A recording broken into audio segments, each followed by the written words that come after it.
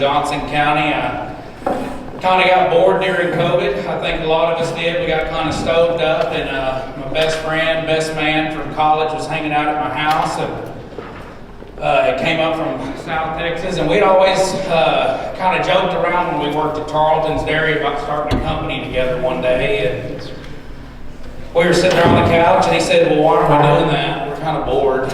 And I said, okay. So we filed our LLC paperwork, and then the rest is history. We kept growing, and told myself, man, I'll leave Extension in 8 to 10 years. We'll do this as a side job, and 5 acres turned into 50, and 50 turned into 500, and 500 turned into 5,000, and it just kept going. And about this time last year, I was on the verge of figuratively having a stroke. I was so stressed out trying to be a county agent and run a spray business at the same time. So I don't advise doing something that big that quick while trying to do something else. So I let my love for Extension be loved by somebody else, and I started babying my baby, Ignition Land Services. And of course, when you run a company or whatever, you give yourself whatever title. Chris gave me this title. I'm the Director of Operations. It just means I do everything except for the books. Don't let me do your books. I swiped that credit card so hard, so fast on anything. If it had been me by myself, I'd have bankrupted us by now. I probably need to be next door with Mr. Johnson, learning how to manage money a little bit better, but we'll get going. Because if you didn't know, up in Arkansas, there was a situation where they were using some products, dicamba, on a Extend Ready soybean product, and a person was spraying that field, and it had actually drifted onto a neighboring producer's field and had started cupping and folding over the soybean leaves because he did not have Extend or dicamba ready soybeans. And sadly, one of those producers lost their life. It get pretty heated, and I get it. This is our livelihood. This is how we make our bread. This is how we get along and try to get through life and take care of our kids. And if someone tried to take my living away from taking care of my kids, I get pretty heated, but not enough to take someone's life, right? So how do we get it right, and why accuracy matters the most? So it reduces cost. You gotta, if you're not spraying what you intend to spray, you're spraying something else, or you got drift taking that product, or it volatilizes and lifts off that leaf and doesn't kill the weeds that you need to kill, you're going to start having lower rates of chemical that can build up resistance. Not going to get a good kill. It reduces your productivity. So if we've got weeds left behind because you drifted off or you didn't stay on target, your beans aren't going to fill, your corn's not going to grow as well, not going to produce enough hay. The list goes on and on. Respray cost. If you're doing this for yourself, you haven't got the cost of paying somebody to spray it for you unless you have hired help or something, I guess. But chemicals are expensive. I know that. I buy a lot of them, and I know that there's some products out there that if you have to spray it again, it's just not going to happen because you're going to be eating too much into that bottom line. And then labor and time. Time is something that we're never going to get back. And if you miss those windows or get into a situation where you can't get anything done again, you're kind of going to be a little bit out. So I'm going to try to define drift for you guys today and try to get the factors that influence it and explore some strategies to minimize the risk for your guys' operations. So first off, this is a field that was streaked really bad. Everything was done correctly. What went wrong? What went wrong was, like I said, we had started using a different brand of drift agent, and it wasn't making a good pattern. So when you're using a ground rig, we were using water as the carrier, right? We can be a lot more forgiving, switching up products, switching up surfactants. Sometimes we may not put a water conditioning agent in there, and we can get by, right? When you start getting into those higher concentrations that are coming out of your planes, helicopters, and nowadays drones, anytime you start messing with your water, you start messing with what's being paired with those surfactants and with those herbicides, you might start seeing some things that don't look too appealing. So why I want to continue to convene this and give you an economic impact. What goes on at your place, no matter if you've got 50 acres or 5,000, that number starts to exemplify. So in 2017, there was 3.6 million acres of soybeans that was reported damaged due to dicamba drift. 2018, I know you guys can read this, over $1 billion. That's a lot of money. And not everybody has soybeans, and not everybody has a crop that can get drifted on and claimed. So how many of these people are potentially could have had a drift claim, but they didn't report it because they just run maybe pasture land or something like that. So when I go and spray for some folks and I ask them, hey, I'm all the way up here in North Texas, I'm coming down to El Campo to spray for you or get in a rice field or something like that for you, what's around, and they tell me, oh, don't worry about it. And that starts to make me real uneasy as somebody that has a place of my own, because I'd like somebody to think about what's around me. And what I maybe have growing. And I know that everybody wants their job to get done, but how many acres go unreported of drift because whoever's running next door to you just doesn't care about you. So insurance considerations. I know I sit on our local Farm Bureau board and we get constant reports, and I know Farm Bureau doesn't really deal in this type of stuff, but insurance is insurance, right? Cost is continuing to go up through the roof. Every single year when your operation goes up for renewal and risks, and there's different products that are getting used, just for us to use Roundup in our business, it raised our insurance costs quite a bit just because of the chance of us getting off target kill. Even though I try to be responsible and do everything I can, I still have situations where I kill stuff that I don't mean to, and it's a pure accident. So where are we getting here? So we've talked about some money. We've talked about building up resistance, and we've talked about where kind of, the legality ends up getting money coming out of whoever applies product or pocket. So what does the EPA say? So the EPA, they require that drift management guidelines be followed as listed on almost every pesticide label. They're scrutinized on it. Or you may scrutinize them on it and say, oh, I can run this product at 10 gallons an acre and it's really calling for 15, or it's calling for 5 gallons an acre on this product and I'm going to run it at 2 out of my plane. But what is the potential for damage to like your neighboring species and not being in compliance with these guidelines?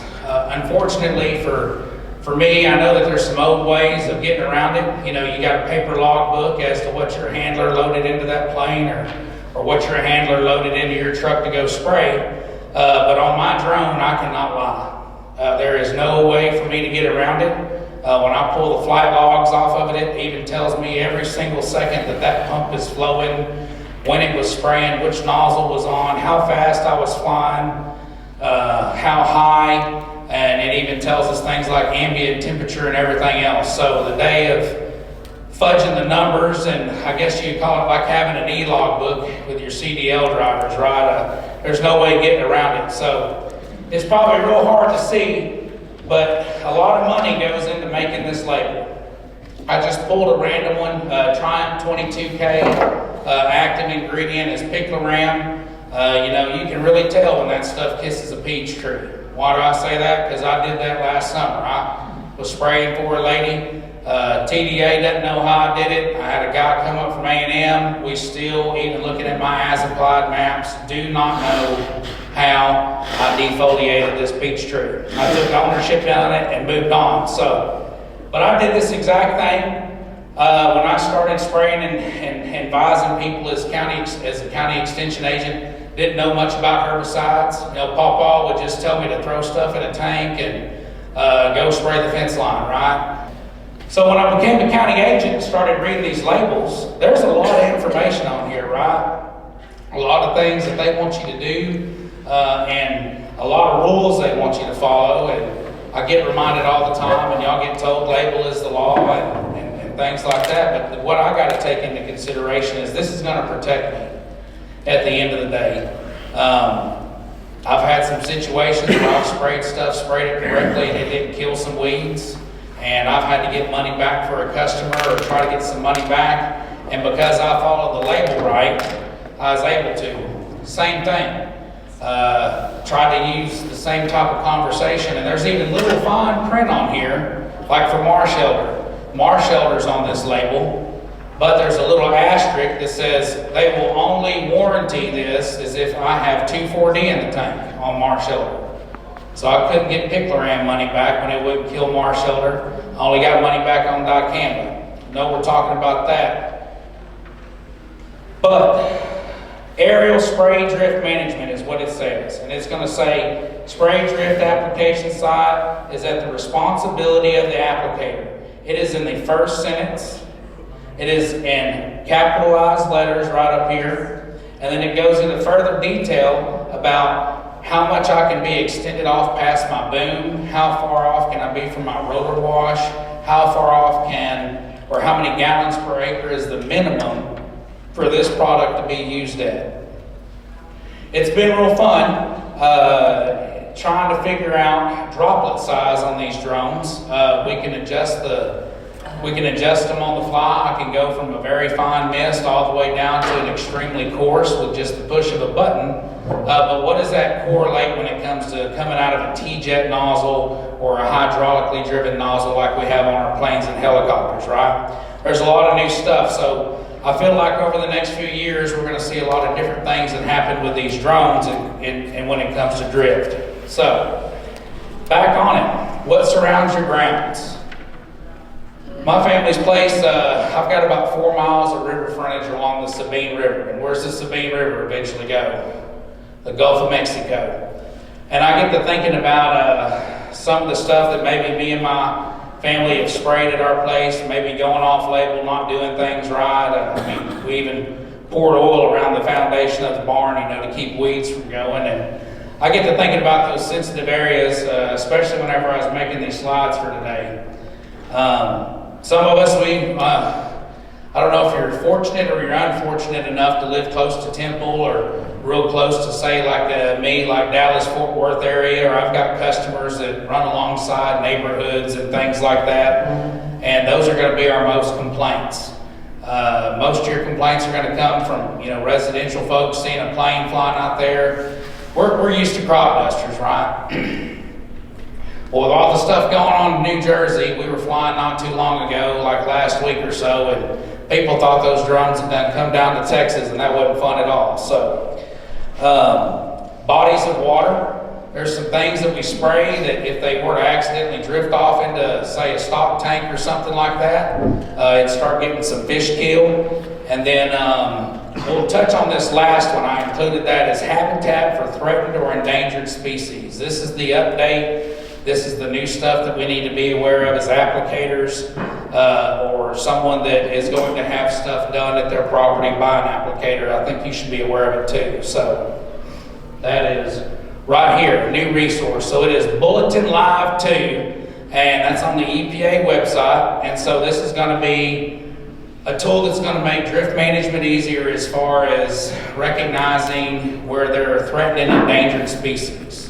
Whether it be a gecko that eats a certain type of bug, or it be a endangered butterfly or something like that. It's going to be something that you log into and check the area that you're in, and so that you're aware of what practices you need to be doing when you're in those areas. So all you do is enter in your location, whether it be a zip code or your GPS coordinates, and it's going to tell you where certain pesticides can and cannot be applied. And then it also tells you what time of year they can be applied so that it doesn't affect those. More regulation, right? So what types of off-target movement do we have? Physical drift, that's the one that we're always thinking of, right? That's the one where it's going to be something that does not hit, it comes out, you're using too high of pressure and making too fine of a mist. Or it's going to be basically while you're doing your spray application. Too high of a boom, you're traveling too fast, or you're spraying in a high wind and not paying attention to wind gusts and stuff like that. The next one that we'll cover is sprayer contamination, and that's going to be where you went out and sprayed, thought everything was good to go, and there was maybe some salts or something like that got tied up in some connecting joints, or some tubes, or some of your hoses or valves or things like that. You end up putting something in your tank that causes those to break loose. Or physical drift, like I said, this comes down to nozzle selection, making sure that it's going to impact, or what this is going to impact nearby fields, whether they're yours or not. Hopefully they are your fields, and hopefully they are the same thing that you were intending to do to that field, or it's the same type of crop that you're applying for.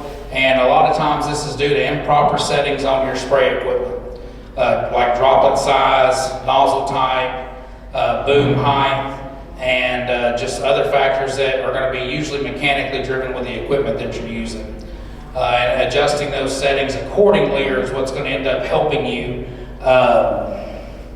reduce the exposure of these little fine droplets to the wind. So, nozzle selection. This is the first thing that you should be doing when it comes to trying to start the process of avoiding drift. Making sure that you've got a nozzle that can incorporate air into that water droplet before it comes out the end, so that it's already more dense. You're going to be putting out a proper droplet.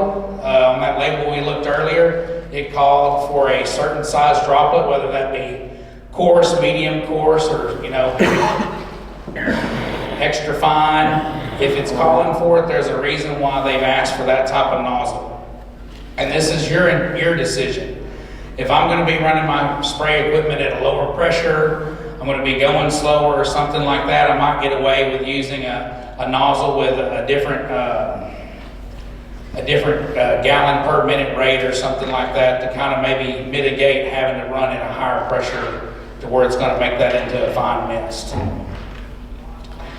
So here's just a basic droplet spray chart, like I was talking about. Extremely fine. It's just talking about the size. I know not a lot of folks understand droplet size and microns and things like that, but what you basically need to know is extremely fine is like coming out the end of a perfume bottle. That atomizer, it's going to be a fine mist. You spray it up in the air in the bathroom, and your wife walks through it, and y'all are ready to go out and have a hot date night.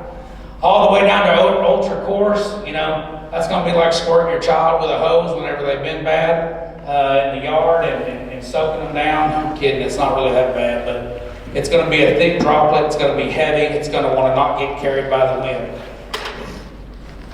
So, why does droplet size matter at the end of the day? I got a video later of some fog floating. That fog's going to be down, to like 5 microns, 6, 7, 8, 9, 10 microns, something like that. Real fine, it's able to just float. Whenever we finally got some cool air coming, I didn't think winter was ever coming there for a little bit. We had a lot of fog, and it just kind of stays there, right? Stable air that's not moving very fast. So what does that mean? That fog, time for it to fall 10 feet is 66 minutes. That's a long time. Y'all are hopefully going to be out of here in less than 66 minutes. I've got a lot of hot air to blow at you, but I think we can get out of here. But if a 3-mile-an-hour wind gets it, it's always blowing wind around here. It's very rare that it's stagnant, right? Except for like the dead heat of summer, when you wish there was just a little bit of a breeze to wipe that sweat off your face. But that fog, if it was that fine of a mist, would travel up to 3 miles. If it was a extra fine, that's 1,100 feet, and that's only at a 3-mile-per-hour wind. So 1,100 feet, then we start talking about what 3,500 feet is, and then we start talking about how really a half mile or even a mile away, what all you can touch. And so that's why if we started to get down to like these foggy fines that I call them, you can start getting into trouble, especially if you got something that doesn't take a whole lot to put a lick on it, like say dicamba or oxone, or if you're doing some type of strong burn down or something like that. So this is the one part at the end of the day, the hill that you can die on and say, that I controlled it. You knew what nozzles you had, or hopefully you know what nozzles you got, and if you did, then you know you're just neglecting it. But this is the one part of your sprayer that you can say, hey, I twisted that, 1100 Forder VS or that 1100 XIR or whatever it might be. I put that nozzle on there. I put that micron screen in there. And that's about it, right? Our pressure gauge could be funky, could be clogged up, didn't really get that line cleaned out. Our pump might not be running at a good strong pressure or something like that. We might have had some issues with water conditioning, but at the end of the day, this is the one thing that you can control no matter what. Boom height. Why do I say that you can't control this? Everybody says, oh, this is physical, right? Well, yeah, you can set it at something, but there's times when that boom might hit a spot of the field where it's a foot off the ground because it's a rolling hill or something like that. And then there might be a situation where it's 48 inches off the ground, if you can't get your floater to keep that thing balanced and floating through the field right. Fun fact, if it's 48 inches, just that little bit of height difference, it's going to increase your chance of drift by 5.6 times. So, okay, we're already starting with almost not an A report card. And if you didn't put the right nozzle in, we're not doing good there either. Wind speed and direction. Mother Nature, she's great. And weathermen are great. If you're a weatherman in here, I'm going to beat on you a little bit. They tell us that we're going to have a 5 to 6 mile an hour wind on this day with gusts up to 12 miles an hour in the afternoon. And you get out there and you've got a hot mix already going and ready to go. And it's windy, like really windy, like not making you even feel comfortable about it windy. So doubling the wind speed. So we talked about 3 miles per hour earlier, right? If we just doubled that to 6 miles per hour, that fog would be traveling way, way, way further, 3.4 times more likely. So we're talking about miles, right? I forgot what I was going to say here. Oh yeah. Checking your wind speed in the field and not relying on an app and not relying on the weatherman is not a good excuse, right? You can't say, oh, well, my weather app, when I got out of bed, Apple Maps or whatever it meant, whatever it was, said it was only going to be this. That's all good and all, but they're going to go off of what, at that point in time, they're going to go off the local weather tower, whether that be at a local airport, local weather station, or maybe a school that's got a registered weather station or something like that. So it's important to kind of get those types of measurements in field. So having a device that can document it. I know we got our phone here, but it's attached to an anometer, aerometer, or whatever you want to call it, and it's going to be documenting it that whole time. We've got one that you can set up. You just set it up in the field. We've got it on our trailer, and it runs the whole entire time, and it's recording a graph, and so that we know what direction it is, and we're not later having to sit here and think, okay, well, I hope to God that Spinks Airport was recording an 8 mile an hour wind out of the south at 3 o'clock. I can actually pull that out of my pocket, and I can pull this data out of my pocket and say that I was in the field, I knew what a gust was happening, I knew what direction it was, and whatever data you pulled from Spinks, you're going to have to go with this. And they're going to go with what you recorded with that day in the field if you've got the proper equipment. So, if we're doing less than 3 miles per hour, some people think that no wind is good, right? We got to have something. You got to have something. Too stable of air is where we're going to start getting into inversion. The droplets aren't going to be pushed down into the ground. The wind direction at that lowest speed changes non-stop because it's just a whole bunch of pressures pushing around, pushing down, lifting up. So we want to have some wind, not none at all. Pocket tools. So this is the thing that can help you make some decisions maybe the day before, or maybe help you think about whether you've got inversion present, you don't have a smoke bomb or something like that, you don't have a way to create some smoke. Or Papa always had a cigarette, or a cigar, I guess. He smoked cigars when he was spraying. And that was he always said, that's how I know where the wind's going, is wherever that cigarette or cigar smoke's going.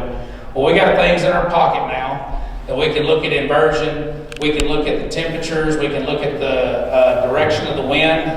And like I said, these data points on where these apps are getting their data from is going to be a local weather station. Nutrien didn't pay some fancy guy, or BASF or whatever it may be, or Windy didn't pay somebody extra money to go put out their own stations. These are weather stations that are linked to the internet. They pull that data, and then they've got their own little app that they can feed into. I like them because I'm not going to sit here and put the deltas together every day. I already got to bang on the calculator enough trying to figure out how much chemical to put in the tank. It's going to tell you real quick whether or not there's an inversion present, or inversion is likely, or it's a moderate risk of inversion. So RR Extend spray, Nutrien Pocket Smart Spray, and then Windy. There's a couple of others that different companies have out there, but the whole point of that is saying it's always good to have that meter there in the field so that you can document live weather.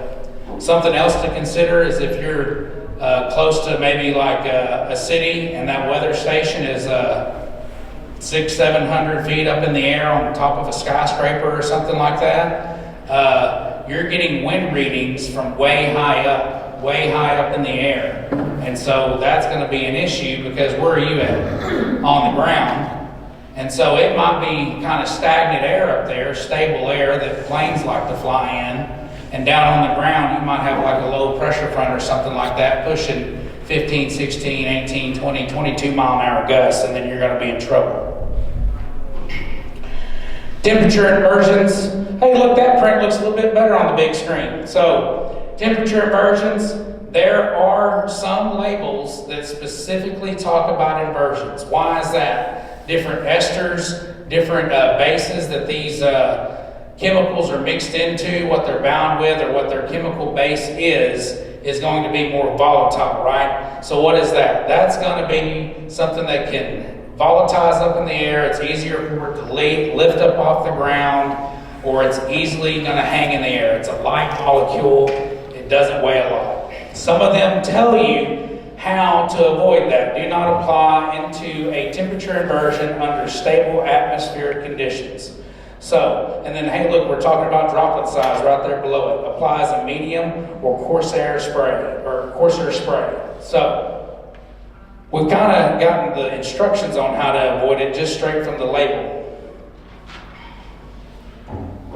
So here's an inversion example. I was down in Caldwell one morning, just spraying some pasture, and I was trying to get done real early in the morning. I was like, okay, I'm gonna get out there. I'm gonna have the comb ready. We're gonna have everything ready to go. I was trying to get to my kids' little league game all the way back up in Joshua, so it was a little bit of a haul. So I was out there early in the morning, and I had to pump the brakes, right? This was all around us this morning, and it is slowly popping out.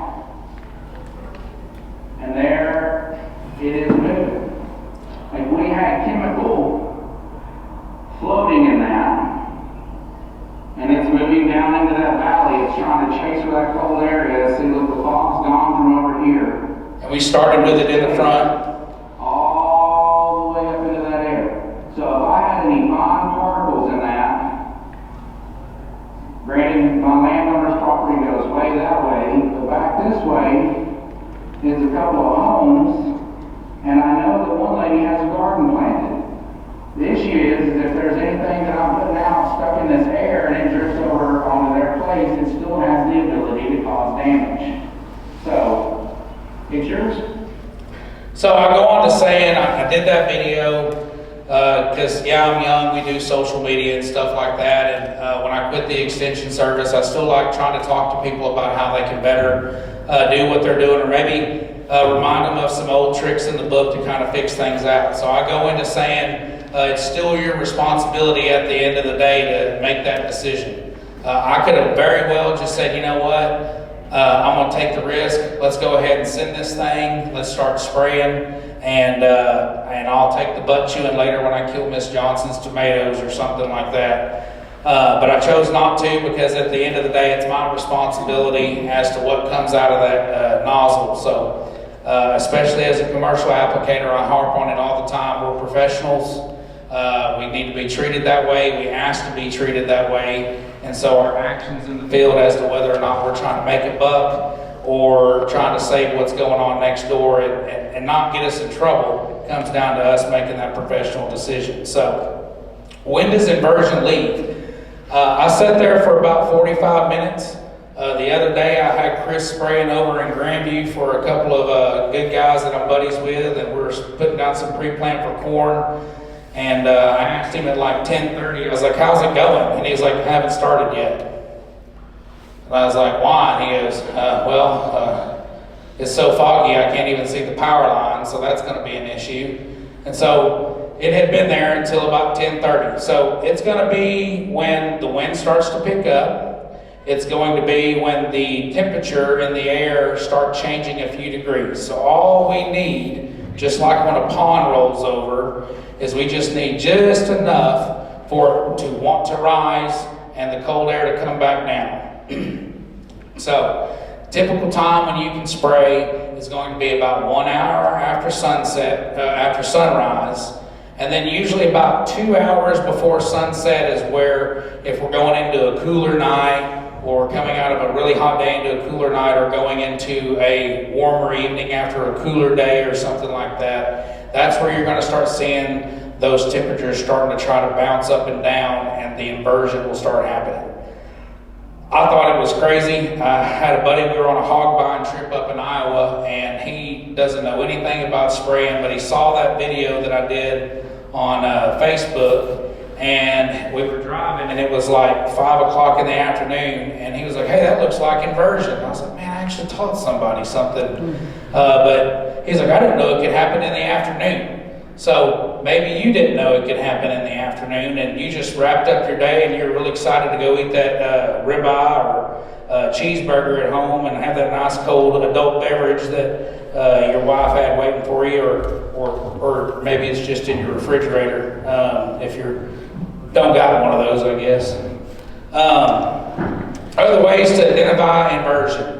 So they can be identified by a movement of smoke, just like I talked about Papa's cigar. He would always cheech on that thing and blow the smoke out of his mouth and kind of watch what happened to it. I've never ever even thought about carrying a smoke bomb with me or something to make some smoke. That's what they tell you online to, advise people to carry a smoke bomb with you. If you want to do it, go do it. Have fun. I'd like to come over and enjoy the fireworks show that we're going to be having. And then the last one is going to be smoke that moves upward and rapidly dissipates, and it indicates a good vertical air mixing. So that's the one when the sun comes up in the morning and you just see everything kind of just lift up off the ground and take off. So let's look at how this kind of floats. BASF, this is the best video on talking about inversion and watching how fine particles float through the air, and so that you can actually see this happening and how long it just hangs out.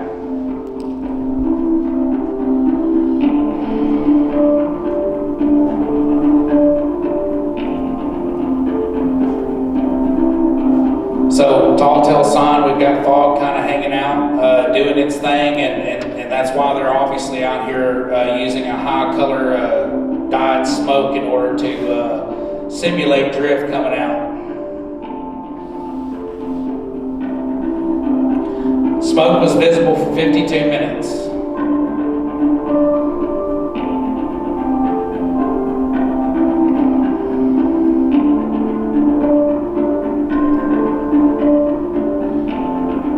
So if we knew that this cold air would stay on the ground and stay hanging out, we'd be okay, right? If we could guarantee that it wouldn't move. But as Mother Nature does, we heat up during the day and we start to see things changing.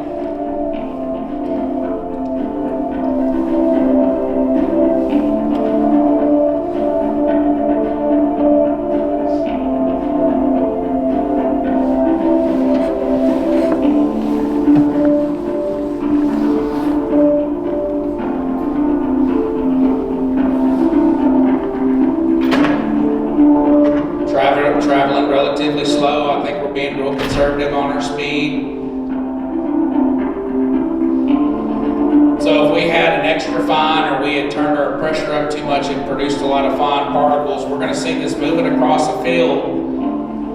And say you were spraying the edge, and a lot of us, end up leasing land, or we own land next to somebody that's leased and is trying to run and try to raise a crop on. That's where we can start seeing issues of that going to where it does not need to be.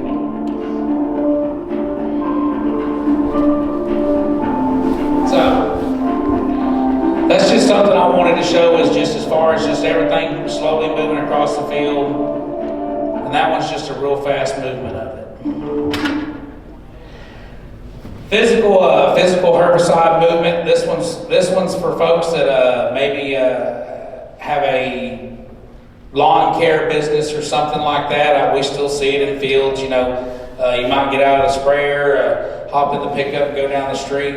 And you're spraying one thing in one field, and you maybe went and got out, or maybe you were spraying your hay field with, say, something like picloram or remedy or something like that, and it got all over your jeans, and you decided it'd be a good idea to go scout cotton that afternoon.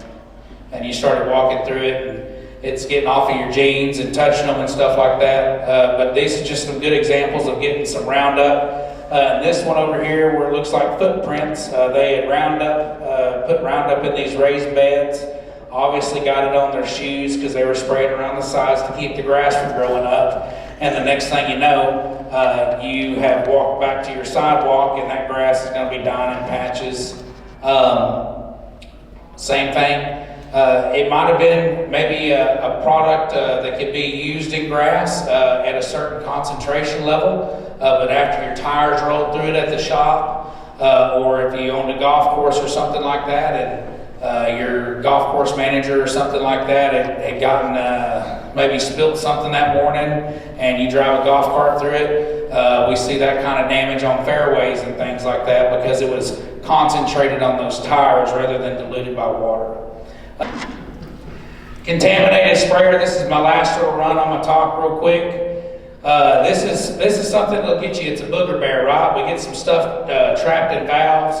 We're trying to go, especially me as a custom applicator, I try to do my best to run a lot of cleaner through my equipment real quick and move on to another field. If I'm changing from maybe something like a range and pasture program to maybe something real sensitive, I want to take a lot of time to make sure that I'm not going to be putting out something on cotton or something that's going to end up killing them easily. Where we see it a lot is small pieces of solids get stuck in the screens, and those end up breaking loose or around like a coupling. Anywhere that there's like a transition zone, I mean, we got inline filters, solenoids are a bad one.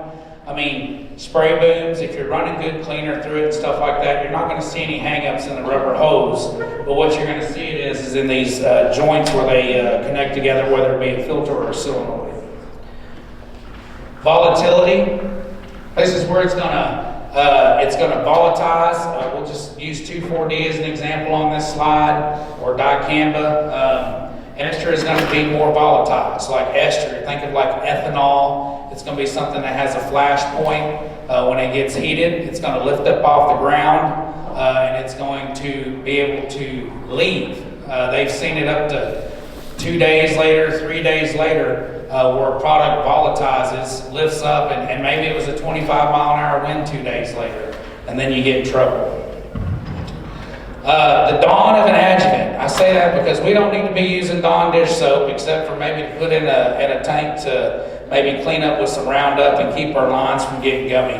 But that shouldn't be the only thing in the tank. There are so many beautiful things that you can put in the tank that doesn't cost a lot. Everywhere from maybe folks like out a grower source out in East Texas to a leveling product from Nutrient or Siltap from Wilbur-Ellis. There's defoamers, anti-foamers, compatibility agents. And that's just something to think about. If we just use Dawn dish soap, we're not doing us a good justice. You got to put the same amount of effort into your herbicide selection as you do with what's going in the tank to get that herbicide where it needs to be. Drift reduction agents. Go talk to a drone guy. I geek out over drift reduction agents. I think I love one. Point Blank from Helena's amazing. And then all of a sudden, I used one the other day on some corn, and I was like, this is the best thing since sliced bread. And I've left one lover for another that quick, just because it looks so much better coming out of that thing. So it's the thing to keep in mind is these aren't regulated by the EPA. There's nobody policing it. This is where we get these snake oil terms, right? Folks, just be aware and who. I wouldn't go buy totes and totes of stuff before I ran it through my sprayer and ran it through my program to see if it's going to work for my operation. So, using a drift reduction agent, that's going to be taking away. We're finally getting to that point where we're not multiplying, screwing up, right? We're finally getting an 80% reduction in driftable fines. Some bad situations was those streaking. We had pattern collapse earlier. That's why I said let's make sure that it works. Don't go buy a pallet of some snake oil, or I'm not calling all products snake oil. Don't go buy a whole pallet of something, and then you end up running it in a field and you're like, man, that don't look like that's going to do too well. And then you're stuck with something you don't like. So I hope I could have helped y'all out today. I figured out real quick that this is probably one of the hardest presentations to do because there's not a whole lot out there. But if I can ever help bring success to your operation, just always, this is my contact information. You pick up the phone and call me. I always joke and say, if you must, email me. I'm horrible at email. I was horrible at email as a county agent. I know I'm young, but I'd much rather have a phone conversation with you on the phone because I obviously love to talk because I use my whole time up. And then if you're ever in Joshua, feel free to stop by the shop and hang out, and I will leave you with my favorite quote on the planet from somebody that I'll never be a smartass. So it's supposed to be, it's not good enough to be right, you have to also be effective. So I appreciate y'all's time, and I hope that we learned something together today, and thank y'all for having me at the Blackland Income Growth. Thank you.